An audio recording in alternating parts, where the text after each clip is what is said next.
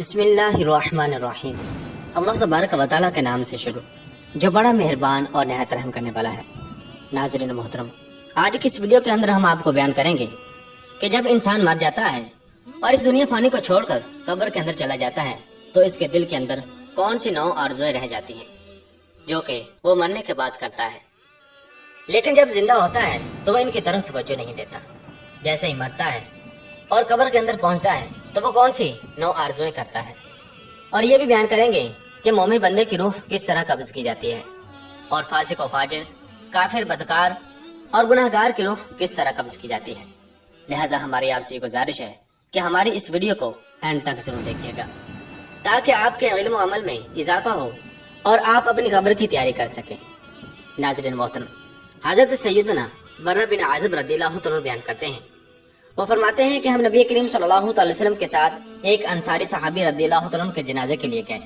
نبی اکرم صلی اللہ علیہ وسلم اپنا سر انور جھکا کر اس کی قبر کے پاس تشریف فرما ہو گئے، پھر 3 مرتبہ یوں ارشاد فرمایا، اللہم انی اعوذ بک من عذاب القبر۔ ترجمہ، اے اللہ عز و جل، میں عذاب قبر سے تیری پناہ چاہتا ہوں۔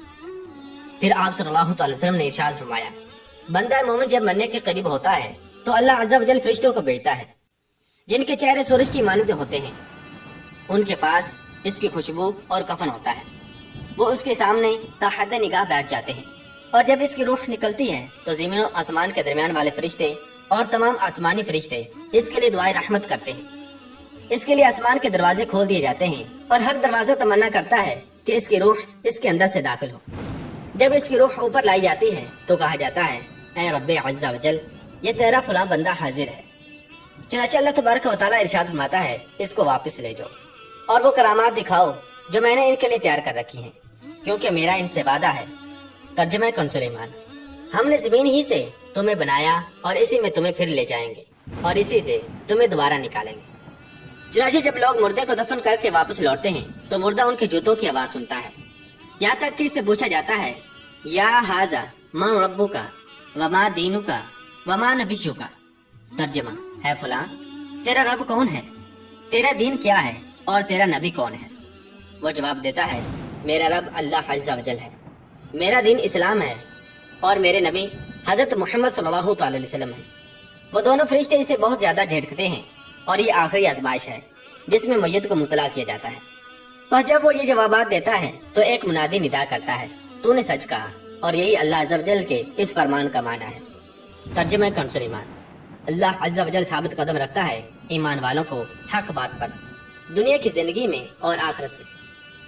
پھر اس کے پاس آنے والا آتا ہے جو نہایت خوبصورت چہرے والا، عمدہ خوشبو اور حسین لباس میں ملبوس ہوتا ہے۔ وہ کہتا ہے، تجھے تیرے رب کی رحمت اور باغات کی خوشخبری ہو جن میں دائمی نعمتیں ہیں۔ قبر والا کہتا ہے، اللہ عز و جل تجھے بھی بھلائی کی بشارت دے، تو کون ہے؟ وہ کہتا ہے، میں تیرا نیک عمل ہوں۔ اللہ عز و جل کی قسم، میں جانتا تھا کہ تو نیکی میں جلدی کرنے والا اور اللہ عز و جل کی نافرمانی میں دیر کرنے والا تھا۔ اللہ تعالیٰ تجھے جزائے خیر عطا فرمائے۔ پھر ایک منادی ندا دیتا ہے، اس کے لیے جنت کا بچھونا بچھاؤ اور جنت کی طرف دروازہ کھول دو۔ بس اس کے لیے جنتی بچھونا بچھایا جاتا ہے اور جنت کی طرف کا دروازہ کھول دیا جاتا ہے۔ وہ عرض کرتا ہے، اے اللہ عز و جل، جلد از جلد قیامت قائم فرما تاکہ میں اپنے اہل مال کی طرف لوٹ جاؤں۔ اور اس کے برعکس جب کافر، گناہگار، فاسق و فاجر اور منافق بنتا برتا ہے تو اس کے پاس نہایت ہی سخت کرے یعنی طاقتور فرشتے آتے ہیں۔ ان کے پاس آگ کا لباس اور گندک کی قمیض ہوتی ہیں، وہ اسے گھیر لیتے ہیں۔ جب اس کی روح نکلتی ہے تو زمین و آسمان کے درمیان والے فرشتے اور تمام آسمانی فرشتے اس پر لعنت بھیجتے ہیں اور اس پر آسمانوں کے دروازے بند کر دیے جاتے ہیں۔ ہر دروازہ ناپسند کرتا ہے کہ وہ اس میں سے گزرے۔ جب اس کی روح کو اوپر لے جایا جاتا ہے تو اسے پھینک دیا جاتا ہے اور کہا جاتا ہے، اے رب عز و جل، یہ تیرا فلاں بندہ ہے، اسے نہ آسمان قبول کرتا ہے نہ زمین۔ چنانچہ اللہ عز و جل ارشاد فرماتا ہے، اس کو واپس لے جاؤ اور میں نے اس کے لیے جو شر یعنی برا عذاب تیار کر رکھا ہے وہ اسے دکھاؤ، کیونکہ میرا اس سے وعدہ ہے۔ ترجمہ کنز ایمان، ہم نے زمین ہی سے تمہیں بنایا اور اسی میں تمہیں پھر لے جائیں گے اور اسی سے تمہیں دوبارہ نکالیں گے۔ ناظرین محترم، جب لوگ اس کو دفنا کر واپس بلٹتے ہیں تو مردہ ان کے جوتوں کی آواز سنتا ہے، یہاں تک کہ اس سے پوچھا جاتا ہے، یا حاذا من ربک وما دینک وما نبیک۔ ترجمہ، اے فلاں تیرا رب کون ہے، تیرا دین کیا ہے اور تیرا نبی کون ہے؟ وہ جواب دیتا ہے میں نہیں جانتا۔ پس کہا جاتا ہے تو نے جانے کی کوشش ہی نہیں کی تھی۔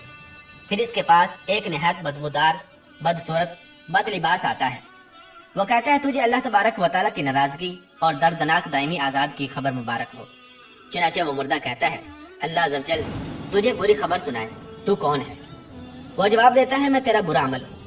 اللہ عز و جل کی قسم تو اس کی نافرمانی میں جلدی کرتا اور اس کی فرمانبرداری میں کوتاہی کرتا تھا، اللہ عز و جل تجھے برا بدلہ دے۔ پھر اس پر ایک بہرا، اندھا اور گونگا فرشتہ مقرر کیا جاتا ہے۔ اس کے پاس لوہے کا ایک گرز ہوتا ہے۔ اگر جن و انس اسے مل کر اٹھانا چاہیں تو اسے نہیں اٹھا سکتے۔ اگر اسے پہاڑ پر مارا جائے تو وہ مٹی بن جائے۔ وہ اسے ایک ضرب لگاتا ہے تو وہ مردہ مٹی ہو جاتا ہے، پھر اس میں روح لوٹ آتی ہے۔ پھر اس کی آنکھوں کے درمیان ایک ضرب لگاتا ہے تو جن و انس کے علاوہ زمین کے تمام مخلوق اسے سنتی ہے۔ آپ صلی اللہ تعالی علیہ وسلم نے ارشاد فرمایا پھر ایک ندا دینے والا ندا دیتا ہے اس کے لیے آگ کی تختیاں بچھاؤ اور جہنم کی طرف کا ایک دروازہ کھول دو۔ بس اس کے لیے آگ کی 2 تختیاں بچھائی جاتی ہیں اور جہنم کی طرف کا ایک دروازہ کھول دیا جاتا ہے۔ اور حضور نبی کریم صلی اللہ تعالی علیہ وسلم نے ارشاد فرمایا مومن اپنی قبر میں سرسبز باغ میں ہوتا ہے اور اس کی قبر 70 گز کشادہ اور منور ہو جاتی ہے، یہاں تک کہ 14ویں کی چاند کی طرح ہو جاتی ہے۔ اور کیا تم جانتے ہو کہ یہ آیت کس کے بارے میں نازل ہوئی؟ فَإِنَّ لَهُ مَعِيشَةً ضَنْكَ، تو بے شک اس کے لیے تنگ زندگانی ہے۔ صحابہ کرام علیہم رضوان نے عرض کی اللہ عز و جل اور اس کے رسول صلی اللہ تعالی وسلم بہتر جانتے ہیں۔ تو آپ صلی اللہ تعالی علیہ وسلم نے ارشاد فرمایا کافر کو قبر میں یوں عذاب ہوتا ہے کہ اس پر 99 تنین مسلط کر دیے جاتے ہیں۔ کیا تم جانتے ہو کہ تنین کیا ہے؟ وہ 99 سانپ ہیں، ہر سانپ کے 70 سر یعنی پھن ہوتے ہیں۔ وہ قیامت تک اس کے جسم کو کاٹتے، چاٹتے اور پھنکارتے رہیں گے۔ الامان والحفیظ۔ ناظرین محترم، قبر کا معاملہ نہایت ہی سنجیدہ ہے۔ اب یہ آپ پر ڈیپینڈ کرتا ہے کہ آپ نے حضور نبی کریم صلی اللہ علیہ وسلم کے بتائے ہوئے طریقے کے مطابق اپنی زندگی گزار کر اپنی قبر کو جنت کے باغوں میں سے باغ بنانا ہے، یا پھر اپنے نفس و شیطان کی پیروی کر کے اللہ عز و جل اور اس کے محبوب صلی اللہ علیہ وسلم کی نافرمانی کر کے اپنی قبر کو جہنم کے گڑھوں میں سے ایک گڑھا بنانا ہے۔ ناظرین محترم، آئیے اب بات کرتے ہیں کہ وہ کون سی 9 آرزویں ہیں جب انسان اس دنیا سے چلا جاتا ہے تو وہ کرتا ہے، جن کا تذکرہ قرآن پاک میں اللہ تبارک و تعالی نے کچھ اس طرح کیا ہے۔ نمبر 1، وہ مردہ کہتا ہے اے کاش میں مٹی ہوتا، یعنی کہ مجھے پیدا ہی نہ کیا گیا ہوتا۔ دوسری خواہش جو مرنے کے بعد پیدا ہوتی ہے اسے اللہ تبارک و تعالی نے قرآن پاک میں یوں ارشاد فرمایا ہے اے کاش میں نے اپنی آخری زندگی کے لیے کچھ کیا ہوتا۔ نمبر 3، اے کاش مجھے میرا نامہ اعمال نہ دیا جاتا۔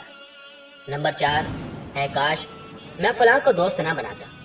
5ویں آرزو جو مرنے کے بعد پیدا ہوتی ہے اسے قرآن میں یوں بیان کیا گیا ہے اے کاش ہم نے اللہ تبارک و تعالی اور اس کے رسول صلی اللہ علیہ وسلم کی فرمان برداری کی ہوتی۔ نمبر 6، اے کاش میں رسول اکرم صلی اللہ علیہ وسلم کا راستہ اپنا لیتا۔ 7ویں آرزو سورۃ النساء کی آیت نمبر 73 میں یوں بیان کی گئی ہے اے کاش میں بھی ان کے ساتھ ہوتا تو بہت بڑی کامیابی حاصل کر لیتا۔ 8ویں آرزو اے کاش میں نے اپنے رب کے ساتھ کسی کو شریک نہ ٹھہرایا ہوتا۔ 9ویں آرزو جو مرنے کے بعد پیدا ہوتی ہے اسے اللہ تبارک و تعالی یوں بیان فرماتا ہے اے کاش کوئی صورت ایسی ہو کہ ہم دنیا میں پھر واپس بھیجے جائیں اور اپنے رب کی نشانیوں کو نہ جھٹلائیں اور ایمان لانے والوں میں شامل ہو جائیں۔ ناظرین محترم، یہ ہیں وہ آرزویں جن کا موت کے بعد حاصل ہونا ناممکن ہے، اسی لیے زندگی میں ہی اپنے عقائد اور عمل کی اصلاح کرنا بہت ضروری ہے، اور آپ کو چاہیے کہ آپ علم دین حاصل کریں، اس پر عمل کریں